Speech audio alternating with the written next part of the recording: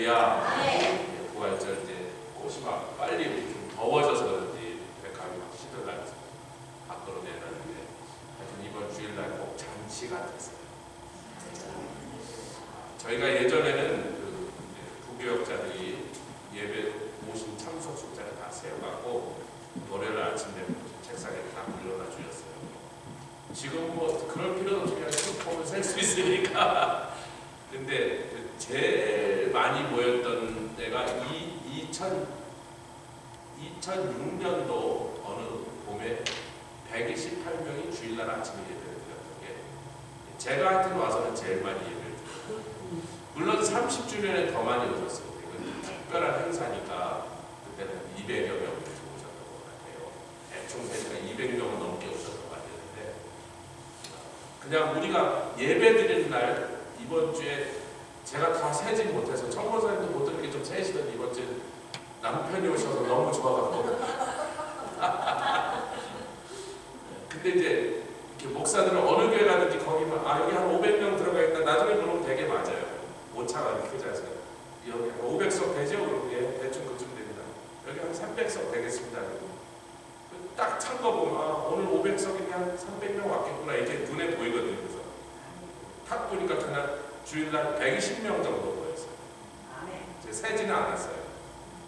그 와중에 어떻게 세고 앉아있겠어요?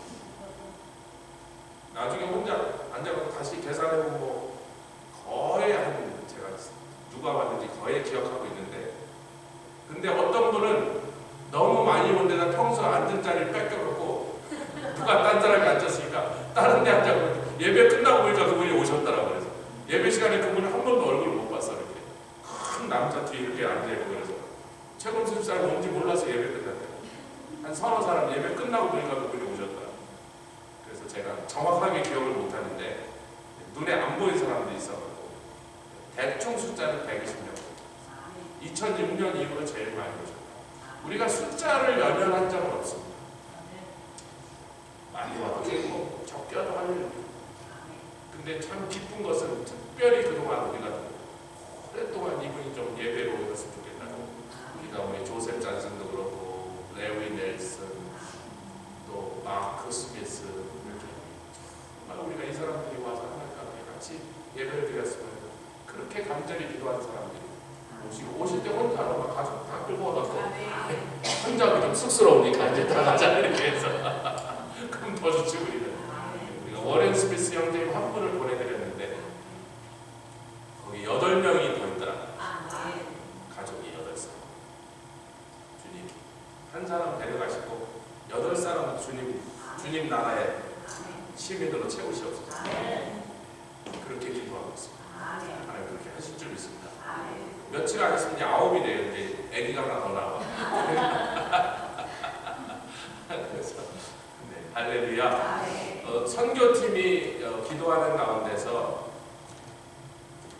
목회자 수련회 사모들 위한 중보기도 세미나 다 준비가 잘 되고 있는데 며칠 전부터 유스 컨퍼런스에서 좀 더 기도하라는 마음에서 기도하는데 그리고 보니까 어물어물 우리 5월달 부흥성회까지 제가 막 쫓아다니고 막 앞으로 한 달은 제가 막 뛰어야 되거든요. 지금 저는 월요일날 그냥 아무것도 안 하고 오늘은 쉴 거야 그러고 아무것도 안 했죠. Let me alone 탁 놓고 쉬어버렸어요. 진짜 하루 종일 뒹굴뒹굴 쉬고 좀 리프레시 된 다음에 화요일날부터 요이 딱 들어가서 선교 컨퍼런스 준비해 들어가서 막 매일매일 이제 그 작업을 하고 있는데 그게 4월 말까지 그러고 5월 초에 또 우리 투입 가고 5월 중순에 봄성에 그러고 나면 돌아서면 이제 5월 말인 거예요. 우리는 7월 초에 떠나는데 그래서 유스 컨퍼런스에서 기도를 시작한 지 3주 됐을 때 주님 유스 스피커를 좀 정해 주셔야지 그분도 빨리 자기 스케줄을 하고 제가 우리랑 같이 같은 양사무엘 목사님도 생각 제 친구들 중에서 좋은 분들 이분저분 놓고 그 다음에 그 사람들 아니라는 마음을 주시는 거예요. 연락도 안 해봤어요. 주님이 그 사람들 부르라는 마음 안 주시니까. 근데 목사들이 스케줄을 빨리 예약을 좀 해야 돼요. 한 3, 4개월 전에 해도 그게 빠른 게 아니거든요. 나라를 이 나라를 떠나서 외국까지 같이 가서 해야 되니까 주님 막 급한데 그날 밤도 우리 식구들이 모여서 기도하고 있는데 주님 뉴스 컨퍼런스 스피커 그러는데 제 이쪽 옆에는 우리 아들이 앉고 이쪽 옆에는 딸이 앉고 여기 와이프가 앉고 둘러 앉아 기도하니까 매일 그렇게 기도하니까 주여 뉴스 스피커 그러고 있는데 성령의 이렇게 음성이 돼요. 제가 봐도 돼 그러시는데 딱 보니까 거기 우리 아들이 앉아요. 다음 날이 성금요일이었어요. 여기서 기도하고 있는데 미국 사람들은 뭐 통성이들 그러니까 축도 한번 보내야지 고 오신 게 참 귀하니까 막 안 오던 사람들이 와서 너무 좋아갖고 축도 해드려야겠다 해서 막 갑자기 축도하고 한국 사람 남아서 기도했더니 막 한국 사람이 또 막 가져가더라고요. 할 수 없다 그랬는데 갑자기 좀 통성기도 하는데 미국 사람이 하나 남은 거예요. 웨스죠. 그럼 우리가 막 몇 사람이 기도하고 갈 사람 가고 그러는데 갑자기 뭐 뜨거운 손이 하나 제 등에 탁 와서 제 어깨에다 손을 놓고 막 기도를 하는데 뭐야? 그러고 보니까 나중에 보니까 웨스가 나한테 손을 놓고 기도를 하고 했어. 근데 그때 얘가 가도 된다 또 그러시는 거야. 그래서 이제 토요일 날 제가 둘이한테 얘기를 했어요. 거기 상황을 설명하고 뉴스 스피커가 필요한데 내가 볼 때는 너희들이 아직 준비됐다고 생각 안 하고 있는데 신학교를 간 것도 아니고 목사가 된 것도 아니고 경험도 없고 내가 볼 때는 너희들이 준비 안 됐다고 생각하는데 주님은 너희들이 해도 된다 그러십니다. 준비가 됐다는 게 아니고 너희들이 해도 된다 그러십니다. 그러니 기도라도 해봐라 그랬는데 그게 이제 지난주 토요일이죠. 주일날 제가 얘기해요. 오늘 두 사람이 가겠습니다. 그래서 비행기 표까지 예약 끝내버렸어요. 뉴스 스피커 2명이 둘이서 이제 쌍포로 한 번은 찬영이 한 번은 웨스 뉴스 스피커 정해졌어요. 참 그러고서 제가 얘들 이 친구들이 해도 된다고 그랬어서 제가 아니 주님 뭐 이래서 아직 안 되고 이래서 아직 그렇게 얘기하고 있는데 주님이 이제 필름을 거꾸로 돌려갖고 제가 처음 말씀을 증거했을 때 그 선교여행 갔을 때 그때 제 나이가 얘네들 나이야. 그리고 제가 그때 신학교를 간 적도 없고 목사하려고 부름받은 적도 없고 내가 뭐 그런 걸 하겠다 생각도 안 했을 때 그냥 주님 말씀을 주시고 설교를 시키셨어요. 강권적으로. 근데 딱 그날에 오늘 여행사가 이제 생년월일 불러달라고 해서 둘이 생년월일을 불러주니까 나이 계산하니까 딱 제가 갔을 때 그 나이예요. 제가 준비 안 됐었거든요. 아니 준비 생각도 안 했거든요. 뭐 설교를 하겠는데 내가 왜 설교를 하냐고 해본 적도 없고 할 생각도 꿈에도 본 적도 없고 근데 선교하는데 주님 네가 하라고 그래서 그냥 했어요. 근데 놀라운 거기 회개의 역사 사람들이 뒤집어져서 막 뒹굴뒹굴 굴면서 회개하는 역사예요. 내가 여태까지도 아직 그런 역사를 그 후로도 본 적이 없어요. 목사 안에서. 그러니까 제가 그때 성령님이 하시면 그렇게 되는구나.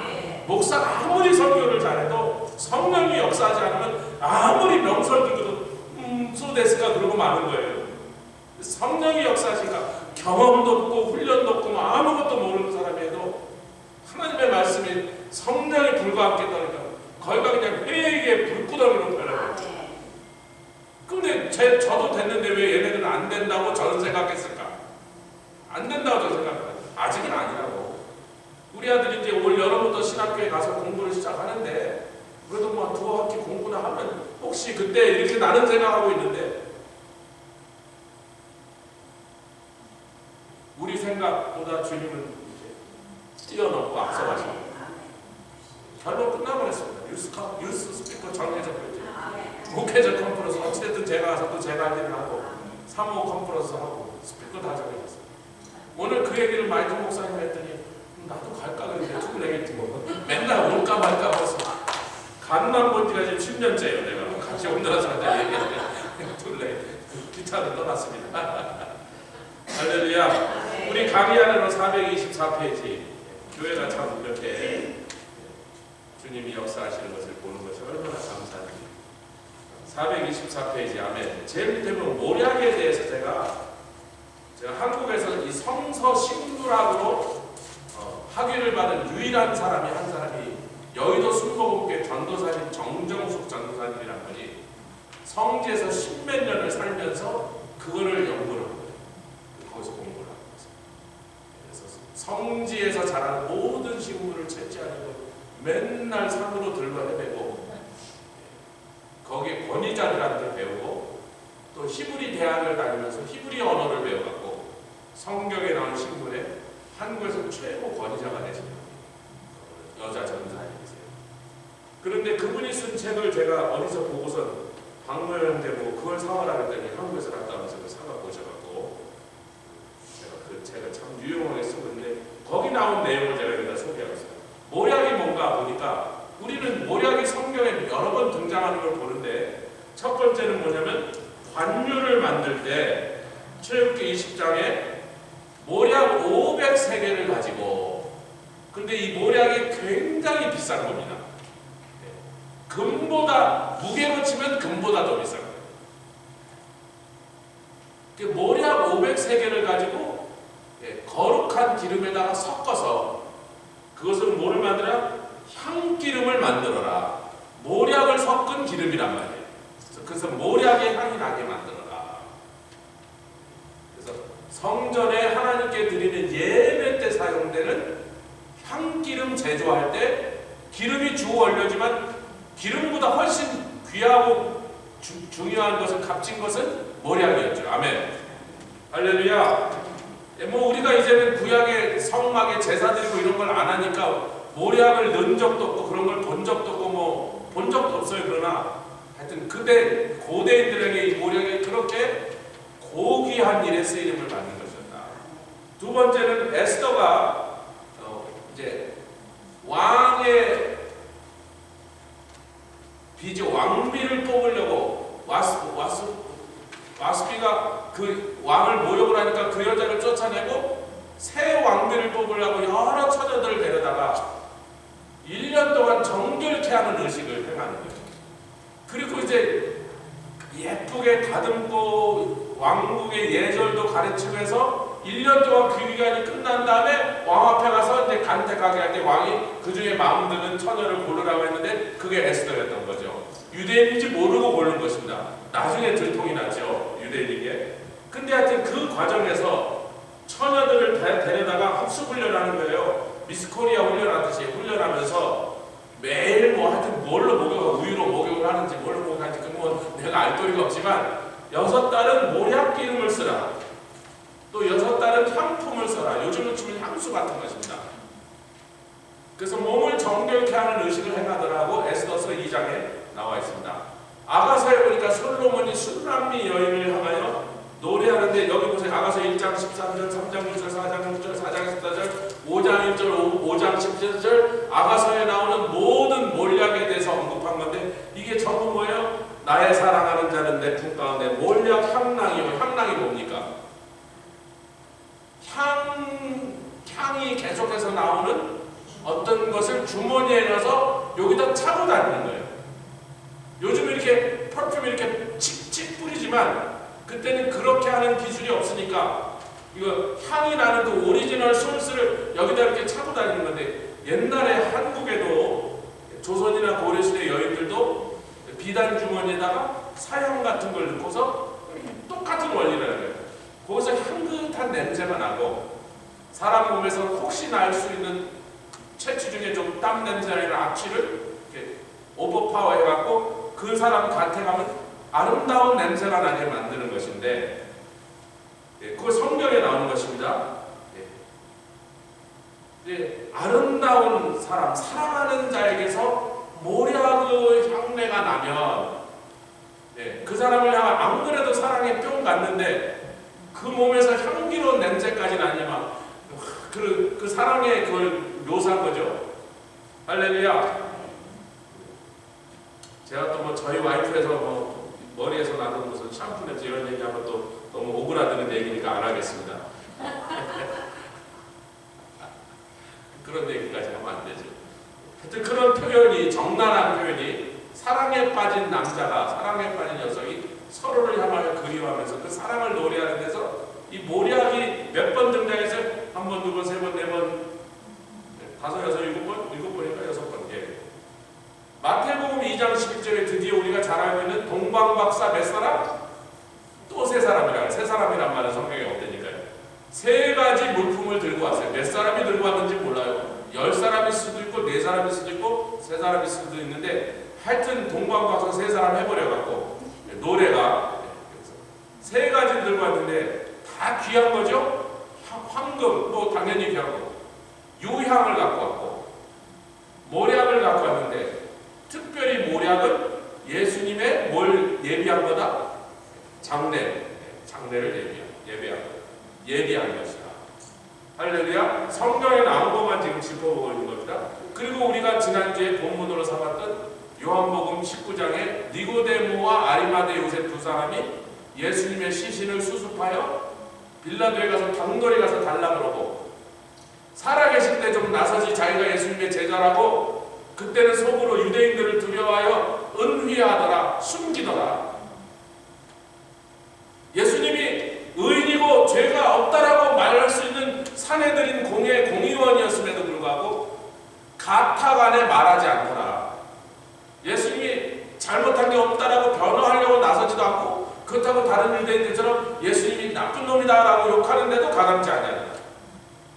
그 예수님 십자가에서 돌아가신 그 광경을 보고 로마 백부장이 진실로 그는 하나님의 아들이었다라고 그렇게 말할 만큼 온 세상이 흔들리고 지진이 나고 하늘에 캄캄한 어둠이 임하며 그 광경을 보면서 아리마대 요셉과 그 예수님께 나왔던 니고데모에게 큰 어떤 충격이 갔다는 거죠. 돌아가신 예수님 놓고 그때서야 이제 그들의 마음에 후회가 오면서 이제서야 용기 있게 나서가고 예수님의 시신을 가져가서 그를 장사 지내는데 아리마대 요셉은 세마포를 가서 빨리 급하게 사오고 니고데모는 100근쯤 되는 모략을 침향과 섞은 것이다. 침향은 알로에라고 그랬습니다. 헬라말로 알로에예요. 그래서 끈적끈적한 알로에 액체로 된 것을, 왜냐면 여기 기름보다 알로에 같으면 몸에 바르면 이게 오래 붙어 있잖아요. 그러니까 그 액체에다가 모략을 섞은 거예요. 아멘. 성서에 나오고 이제 성서식물학이라는 이 책에는 정정숙 전도사님 저서라고 제가 밝히고 있습니다. 소스를. 몰약은 향료나 방부제로 사용되고 고대 귀부인들의 향락을 만들어 목걸이 축처럼 달다녔다. 아가서에 나온 대로 페르시아 왕들은 왕관 속에다가 이 모략을 집어넣어 갖고 강장대로 해. 그러니까 사람이 이 향기가 나면 몸에 좀 힘이 나나요. 여러분 사향이 얼마나 대단하냐면요. 기절하는 사람 코에다 사향을 향해 얼굴에 코에다 대면 기절하는 사람 보통 깨어납니다. 심장마비 걸린 사람한테 그걸 하면 일단 깨어난다니까 사람이요. 죽으려는 사람한테. 대단하죠? 이 사향을 먹였을 때 우리 아버님 중풍으로, 저희 아버님은 여기가 매시브하게 터졌어요. 엄청나게 터졌는데 그 막혔던 혈관을 그래도 사향으로 뚫는 게 제일 셉니다 하고 사향을 처방했을 때 굉장히 많이 혈관이 뚫려갖고 전혀 몸을 못 쓰던 분이 어느 정도 걷게까지 했어요. 굉장히 파워풀한 그 힘이 있어요. 진짜로 그런 힐링 파워가 있다는 거예요. 그래서 페르시아 왕들은 자기 건강을 돌보기 위하여 왕관에다가 항상 왕관을 쓰고 있으니까 기약 쓰고 있는 거기다 강장계가 되는 몰약을 집어넣어버려요. 머리가 시원한가 봐. 뭐 안 써봐서 모르겠지만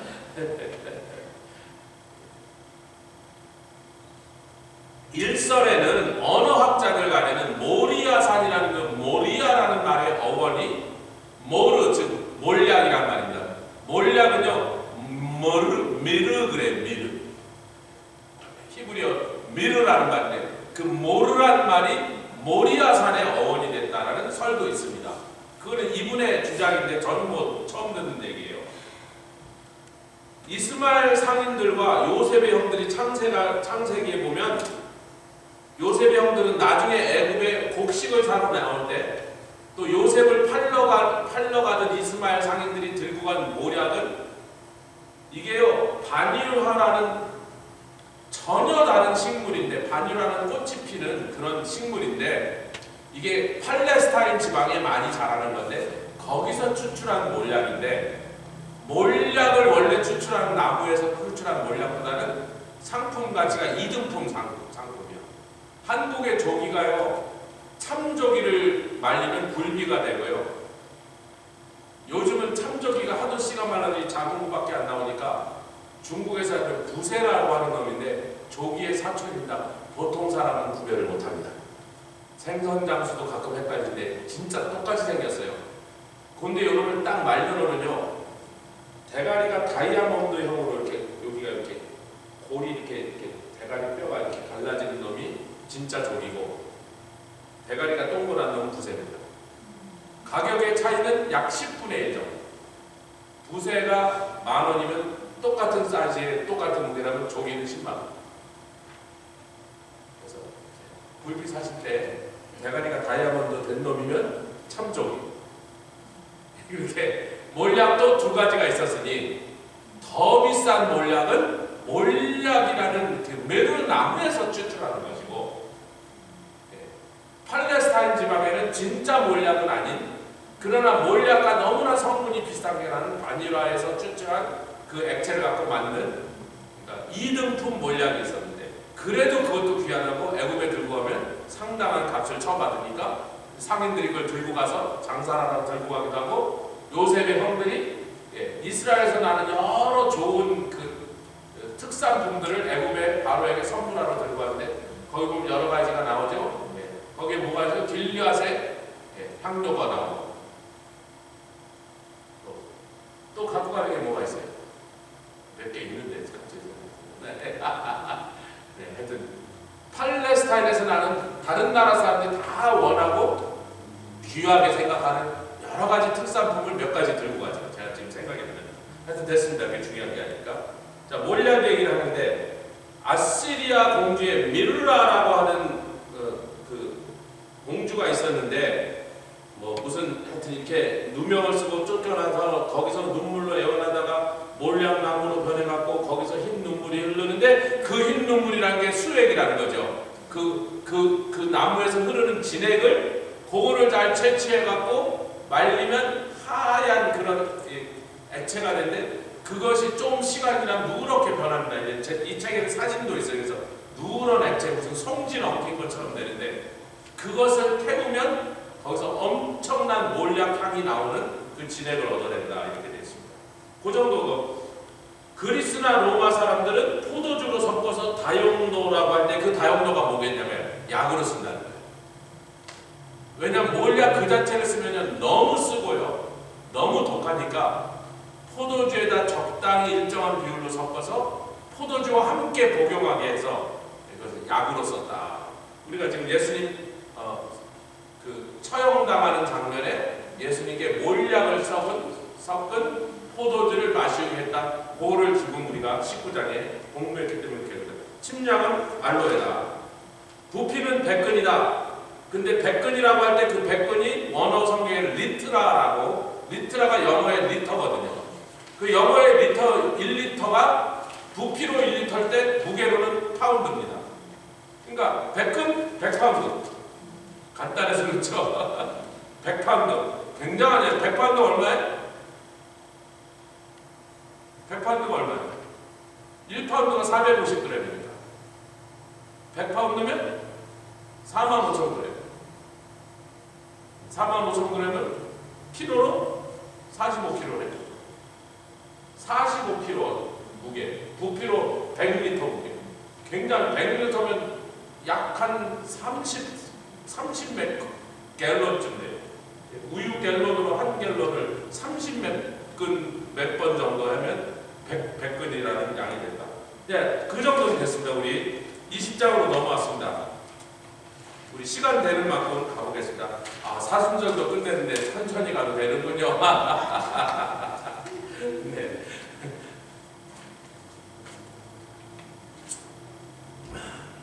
요한복음 20장부터는 부활하신 예수님을 만나는 장면이 시작되는데, 다음 주까지 아마 20장을 같이 갖고 갈 텐데, 어떤 목사님이 그렇게 책에 써놨어요.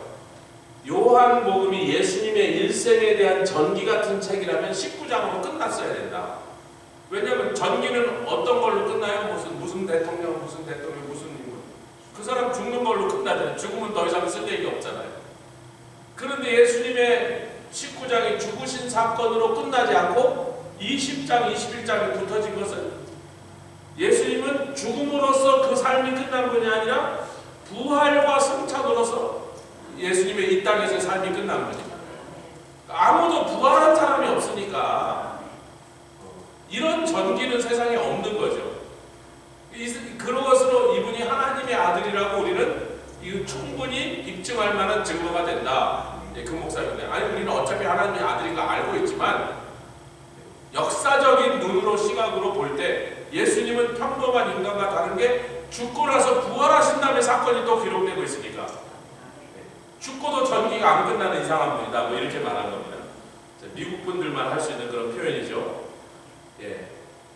20장에 부활의 사건을 기록해야 됐고, 21장에는 부활한 주님이 디베랴 바닷가로 제자들을 부르는 사건을 우리가 잘 알고 있습니다.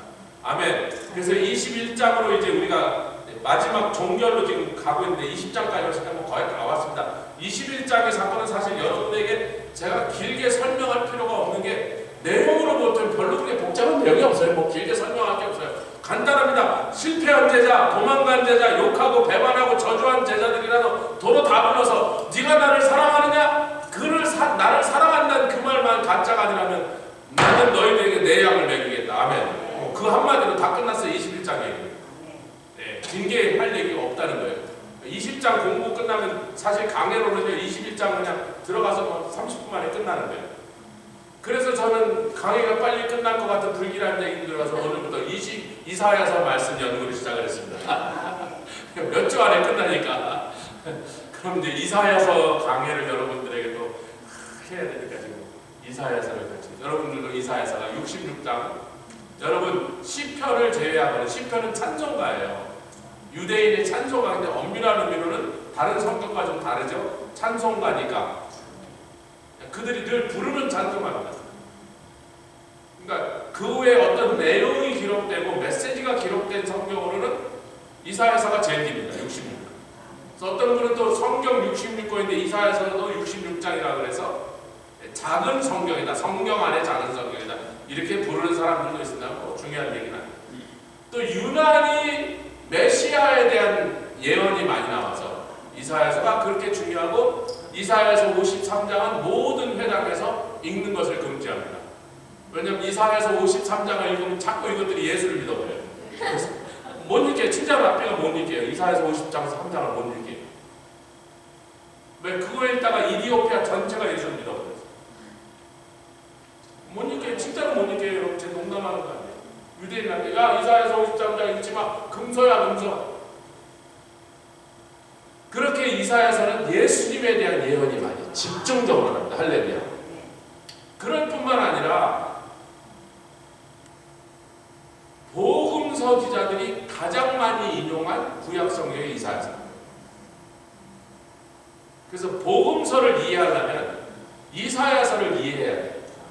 이사야서를 이해해야 복음서에 그들이 하는 내용과 선포된 말씀들이 풀려버리는 거예요. 그래서 이사야서 말씀이, 그런데 굉장히 어려운 점이 굉장히 많은 예언의 내용들이 나오는데, 보통 예언을 이해할 때 어려움은 이사야서 개론을 좀 먼저 좀 미리 뿌려둡니다. 이사야서 좀 읽고 오시라고 제가 꼬시는 거예요. 꼬신답니다. 인커리지 하는 것입니다. 아니, 똑같은 말이죠. 이사야서 좀 읽고 오세요. 이사야서가 좀 어렵습니다. 제가 여러 강의 설교를 준비하면서 선지서는 늘 될 수 있으면 피한 거 여러분 이해하시죠? 예레미야, 에스겔, 이사야 다 피했어. 왜냐면 예언이 어려운 게 뭐냐면, 같이 하세요. 예언의 이중구조 혹은 삼중구조예요. 뭐냐면 현재 있는 이 시점을, 이게 지금 현재라면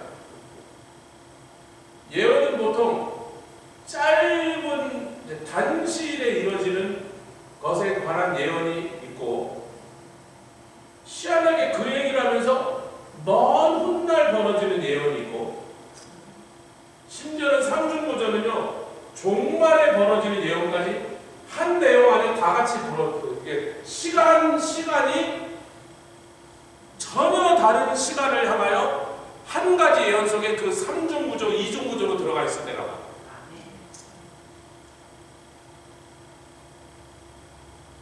예를 들자면요, 이사야서의 60장이 뭐라고 나서 61장에 주의 성령이 여호와의 신이 내게 임하였으니 내게 기름을 부으사, 그 다음에 뭐 눈먼 자에게, 뭐 포로된 자에게, 갇힌 자에게, 이 말씀을 예수님 누가복음 4장에 나사렛 회당에서 그 말씀하니까 오늘날 이 말씀이 너희 귀에 응하였도다. 내게 지금 주의 성령이 내게 임하셨으니, 그러면서 예수님이 그 말씀이 오늘날 이루어졌다는 겁니다. 근데 여기 뭐예요? 주의 은혜의 날과 은혜의 해와 신원의 날을 전하게 하십니다 이렇게 되어 있는데, 예수님이 그 말씀을 인용하면서요 신원의 날은 딱 빼버립니다. 은혜의 해만 전해요. 그래서 이사야가 예수님보다 약 600년 전 사람이니까 BC 6600년, 왜 예수님을 기준으로 BC AD가 아니니까 약 600년 전 사람이니까 600년 전에 이사야가 이 시점에서 예수님 오시는 600년 후를 향하여 예언할 때 은혜의 해가, 예수님 오늘 그 은혜가 시작됐다. 아멘. 예수님의 공생에 시작한 날입니다. 오늘부터 내가 하나님의 은혜를 너희들에게 전한다. 은혜를 나눠주겠다. 마음껏 와서, 배고픈 자, 목마른 자 와서 마음껏 값없이 돈 없이 와서 다 사먹어라. 그게 은혜잖아요. 거저 주는 거잖아요. 할렐루야. 그런데 신원의 날은 딱 언급을 빼신다. 왜냐하면 이 신원의 날은 언제예요? 예수님 재림하실 때예요. 이게 이중구조라는 거예요. 그런데 삼중구조가 되는 것은요, 많은 경우 이 예언이 예수님으로부터 성취되지 않고 이사야가 예언하는 시점에서 몇 년 안에 이스라엘이라는 국가에게 일어나는 여러 정치적 군사적인 사건으로 그냥 몇 년 안에, 수년 후에, 뭐 10년, 20년, 기껏해야 30년 안에 막 일어난다 해서 삼중구조로 바뀔 때가 많아요. 그래서 이 예언서를 읽다 보면 도대체 이 얘기가 언제를 가리키는 거가 너무나 헷갈려요. 정말 여간 조심하지 않으면 이 예언서를 읽다가 엉뚱한 해석을 하는 사람들이 많아요. 그래서 엉뚱한 가르침을 가르치는 사람일수록, 거짓 선지자일수록 예언서를 집중적으로 강의합니다. 근데 저는 좀 자신이 없어갖고 공부를 덜 해갖고 예언서 강의를 좀 안 했는데, 이번에 꼼짝없이 걸려서 이사야서 이제 제가 해야 되니까 제가 굉장히 많은 시간을 앞으로 또 거기에 열정을 또 기도하면서 이사야서 강의를 여러분과 함께, 제가 근데 왜 이번엔 주님이 그런 마음을 주셨을 때 그냥 순순하게 그냥 그렇게 하겠습니다 했냐면, 이때가 굉장히 심히 가까웠습니다. 지금 딱 이 말씀을 그럼 해야죠. 때가 됐다. 하나님께서 장보는 말씀, 덮어놓은 말씀 풀어서 열어주실 때가 됐습니다. 지금 딱 할 때가 날품을 팔아야죠. 이사야서 연구에 조목사가 이제 몇 주, 몇 달 많이 투자를 해야 되니까 여러분도 같이 기도해 주시고, 이사야서 강의에 주님이 성령의 기름 부어주사, 듣는 귀도 성령으로 충만하고 말씀을 전하는 저에게도 성령으로 충만하고, 이사야서의 말씀에 비밀들이 풀려나가고 할렐루야. 오늘 어찌됐든 요한복음을 마치는 이 시점에서 부활의 사건을 살펴보는데, 중간에 보면 이 427페이지, 이 부활 사건이야말로 복음의 메시지의 핵심입니다. 아멘. 고린도전서는 부활장입니다. 1절부터 8절까지 뭐 전부 부활 얘기만 나오는 거예요. 잠깐 보겠습니다. 고린도전서. 주일날 제가 전했던 말씀이 고린도전서에서 뭐 다 튀어나왔는데, 그 시작하는 도입부죠. 1절부터 8절까지 고린도전서 15장 1절로 8절 한 절씩 저희 교독하죠. 성경을 그대로 읽겠습니다. 형제들아, 내가 너에게 전한 복음을, 지금 복음 얘기를 하면서 부활 얘기가 튀어나온단 말이에요. 부활을 뺀 복음은 절대로 복음이 아니고 복음을 꺼냈다면 부활 얘기까지 해야 된다. 할렐루야. 형제들아 내가 너에게 전한 복음을 너희로 알게 하는 이는 너희가 받은 것이요 또 그 가운데 선 것이라. 너희가 만일 나의 전한 그 말을 굳게 지키고 헛되이 믿지 아니하였으면 이로 말미암아 구원을 얻으리라. 내가 받은 것을 먼저 너에게 전하였느니 이는 성경대로 그리스도께서 우리 죄를 위하여 죽으시고 장사 지낸 바 되었다가 성경대로 사흘 만에 다시 살아나사 게바에게 보이시고 후에 12제자에게와 그 후에 500여 형제에게 일시에 보이셨나니 그 500여 형제에게 일시에 보일 때가 언제예요? 예수님 승천하시는 시간. 500여 형제가 예수님 승천하신 것을 다 같이 봤다. 그래서 우리가 그 500여 형제가 어디로 왔더라? 마가의 다락방으로 왔으니까 마가의 다락방은 500명이 들어가서 기도할 수 있는 정도니까 적어도 이 정도는 돼 어떻게 500명이 꾸겨서라도 들어와서 있을 수 있으니까 굉장히 컸습니다. 근데 예루살렘에 마가의 다락방이라고 추정되는 어떤 건물을 그 가이드들이 데려가면 그 안에 넓이가 이 정도 돼요. 뭐 편안하게 500명은 아닌데 막 그냥 이렇게 막 옆에 막 끼어 앉아갖고 막 엘보가 부딪힐 정도는 아니고 500명이 충분히 들어오고 그 정도 사이즈 방을 안내를 해요. 근데 10일이 지나서 오순절날이 이름에 급하고 강한 바람까지 불의 마주까지 임한데 보니까 몇 명이 남았더라? 너무 좁았어 거기 500명이 어떻게 냄새나고 막 주여 하고 막 기도하면 땀 냄새가 나기 시작하는데 막 서로 막 아이고 막 뭐 샤워를 제대로 했겠어요. 10일 동안 하니까 막 뒤에 가니까 막 배고프고 지치고 졸리고 누울 데도 없고 냄새나고 380명 가고 그 500명인데 성경이 분명히 증거하는 게 여기 유일하게 500명이 예수님 승천하시는 자리에 있었더라. 할렐루야. 예. 그 중에 지금까지 태반이나 살아있고 어떤 이는 잠든 사람도 있지만 그 증인들이 절반이나 사도 바울이 이것을 쓸 시점을 우리가 한 예수님 승천하시고 한 40년 후쯤으로 보는데 약 40년 후에도 한 절반은 살아있었다. 그 후에 야고보에게 보이셨으면 그 야고보는 예수님의 누구 야고보예요? 예수님의 친동생, 육신의 동생 야고보에게 보이셨다는 거예요. 그리고 만삭되지 못하여 난 자 같은 나에게도 보이셨느니라. 지금 사도 바울이 내가 뭘 소개한다 했어요? 내가 복음을 다시 한번 너에게 말하는 그 복음의 성경대로 죽으셨다가 성경대로 사흘 만에 살아나시고 사흘 만에 살아나신 부활의 주님을 만난 사람이 500명인데 지금 250명 이상이 살아있다. 의심나면 그분들에게 가서 물어봐라. 지금 그러고 있는 거야. 부활에 대해서 잡소리하는 사람 그 증인들 앞에 가서 물어봐라. 할렐루야. 나중에 사도 요한이 요한복음 기록할 때는 이 시점에서 또 한 20년이 지났습니다. 그러니까 그때 당시 예수님 부활하신 걸 본 증인 중에 살아남은 분은 마리아하고 요한 말고는 거의 없어.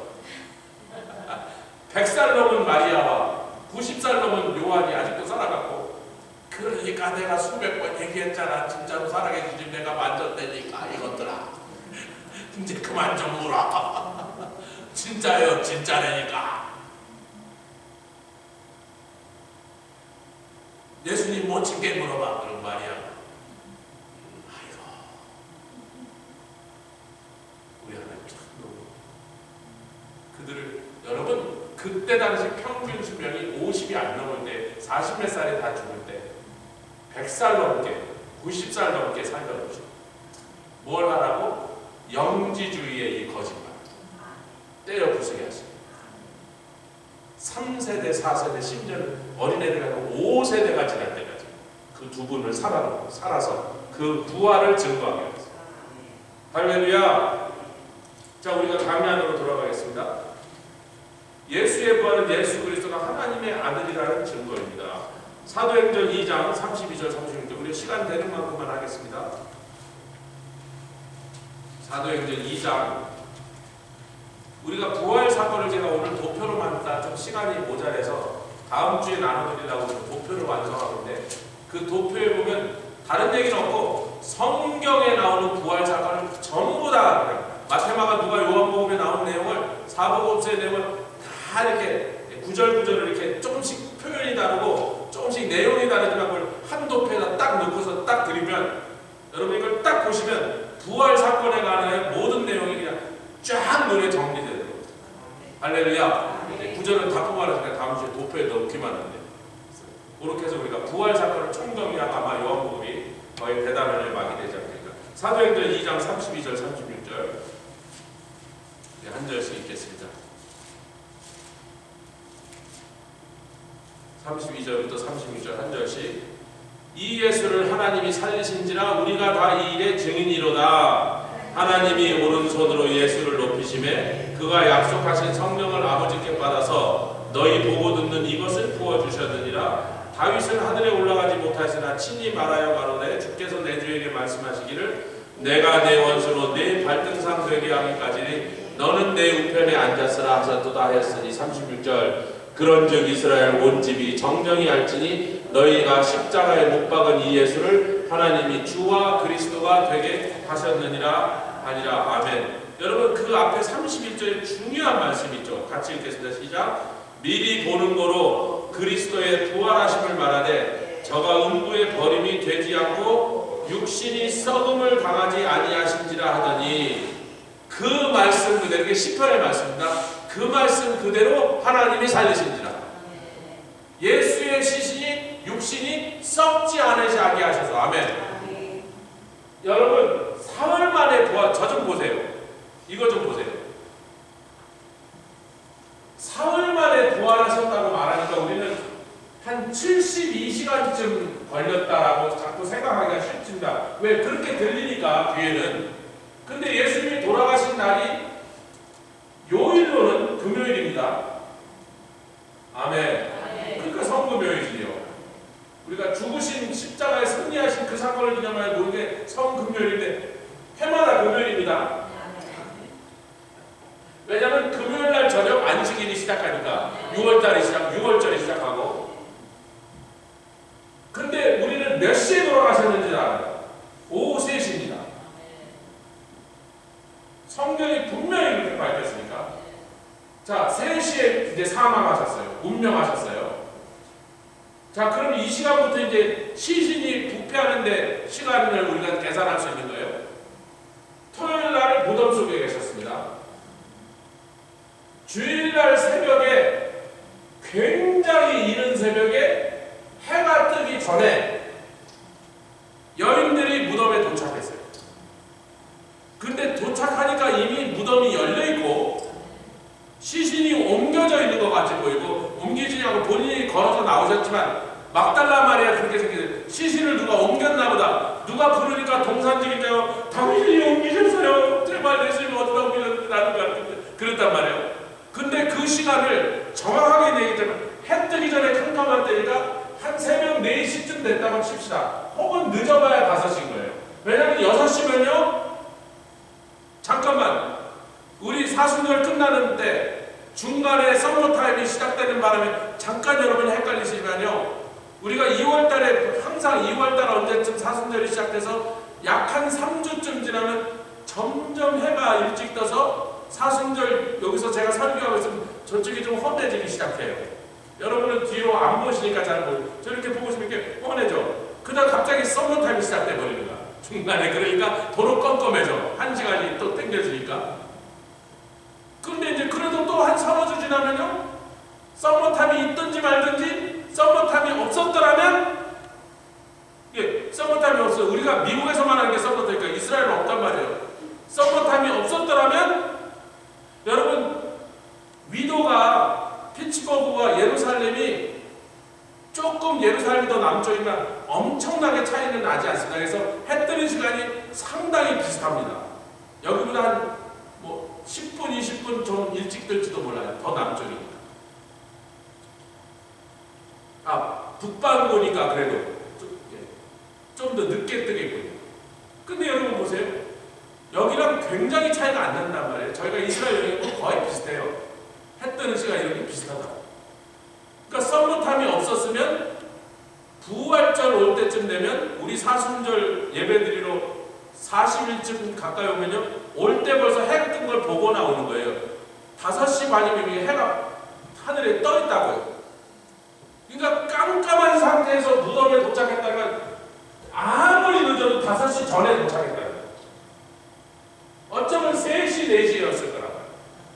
근데 4시쯤 도착, 중간으로 반토막 내서 반가에 3시, 5시 이쯤 사이 텐데 4시에 도착했는데 예수님이 이미 거기가 싹 개지고 수건도 다 이렇게 개놓으셔서 참 우리 예수님 그 와중에 수건까지 개놓으시고 자기를 쌌던 수건을 다 차곡차곡 해서 깨끗하게 뒷정리까지 해놓으시고 사람이 있던 자리가 깨끗해야 되는데 우리 예수 있던 자리 깨끗하죠.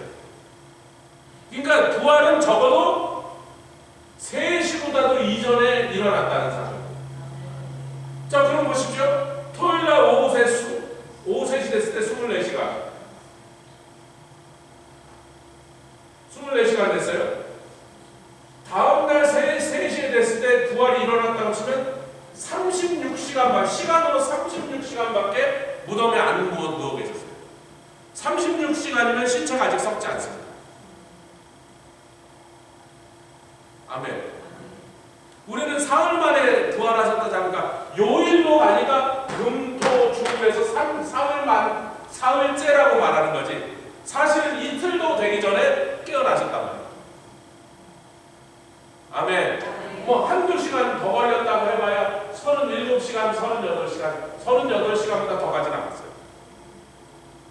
아무리 길게 잡아야 38시간.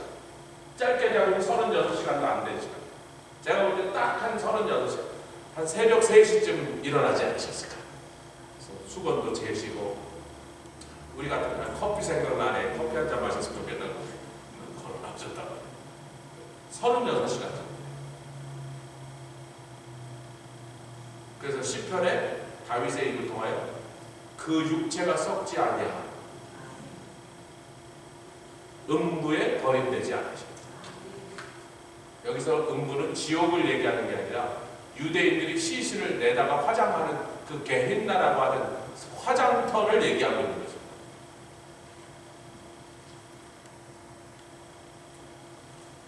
로마서 1장 3절이 중요하죠. 또 가보겠습니다. 로마서 1장 3절. 주일날 우리가 이 말씀을 읽었지만 내가 그것을 설명하는 것을 좀 꺼렸던 게 시간을 절약하기 위해서 4절을 강조해야 되니까 3절을 살짝 지나가는데 읽기는 읽고 설명을 안 했어요. 왜냐면 4절을 설명하는 게 중요해서. 왜? 거기에 보니까 예수 그리스도를 구세주로 영접하지 않은 사람들이 상당히 여러 사람이 앉아있어서 제가 한 사람 한 사람 다 몰라도요, 찬송할 때 설교할 때 보면 저 사람은 아직 구원을 못 받은 사람이라는 게 거의 오거든요. 양쪽에 하도 많이 앉아, 이쪽에 한 10명, 이쪽에 한 10명 이렇게 앉아있어갖고 20명이 넘는 사람이 지금 와서 복음을 듣게 생겼는데 뭐 부활 얘기를 해야 될 거 아니에요. 육신으로는 다윗의 혈통으로 오셨고, 제가 그 얘기를 너무 강조하다가 그 복음 내용의 그 얘기 지금 그거 설명하다 다 지나가겠어요. 자, 1장 3절 읽겠습니다. 시작. 이 아들로 말하면 육신으로는 다윗의 혈통에서 나셨고 성경의 영으로는 죽은 가운데서 부활하여 능력으로 하나님의 아들로 인정되셨으니. 아멘. 자, 십자가에서 대속사역이 완성되었다는 걸 증명하는 게 뭐예요? 능력으로 하나님의 아들이 되셨는데 1장 3절 로마서 1장 3절 그분이 오실 때부터 우리가 늘 누구를 메시아를 누구의 자손이라고 우리가 알고 있었다? 호산나 다윗의 자손으로 다윗의 아들로 오시는 그분이시여. 그 너희들이 언제나 기다리면서 다윗의 아들로 메시아가 오신다는 걸 알고 있었고, 그래서 다윗의 아들이라고 누구를 환호하고 영접했다는 건 네가 그분을 하나님의 아들이라고 말한 것이란 말이에요. 메시아라고 부른 것이에요. 과연 예수님이 다윗의 아들로 오셨고, 아멘. 그런데도 불구하고 그분이 온 인류의 죄를 지고 돌아가시다 그가 죄로 정함을 받았는데, 주일날 그 다음에 설교한 내용입니다.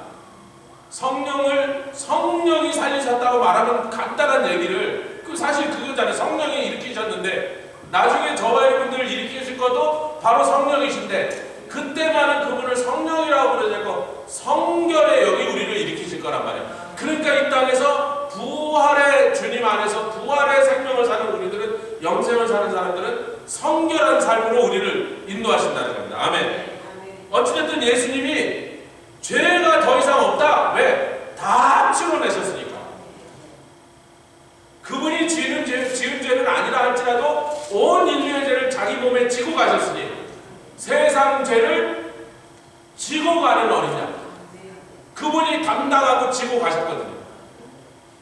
그런데 그 죄값을 다 치르셨다는 것을 성령께서 인정하사 성결의 영이신 그분이 죄가 남아있다면 그분을 살릴 수 없는 거예요.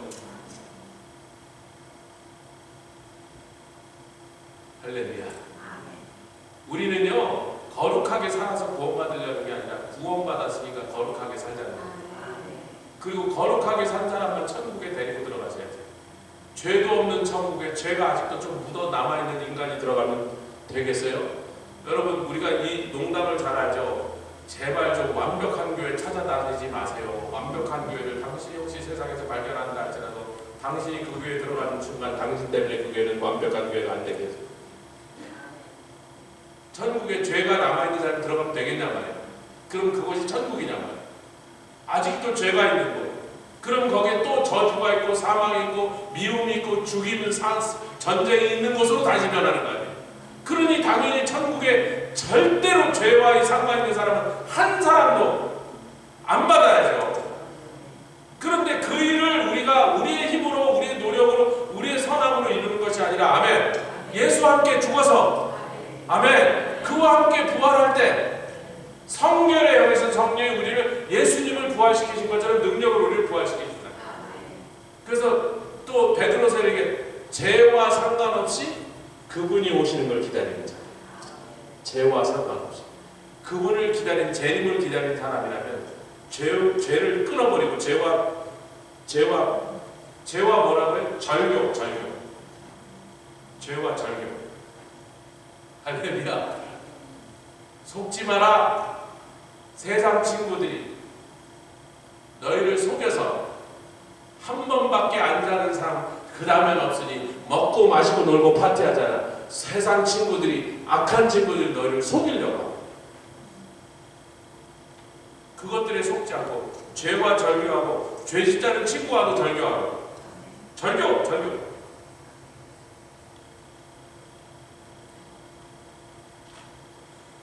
아멘. 로마서 여기만 읽고 마치겠습니다. 로마서 4장 24절에서 25절 읽고 마치겠습니다. 다음 주에 여기서부터 계속하겠습니다. 4장 24절 25절 시작. 의로 여기심을 받을 우리도 위함이니 곧 예수 우리 주를 죽은 자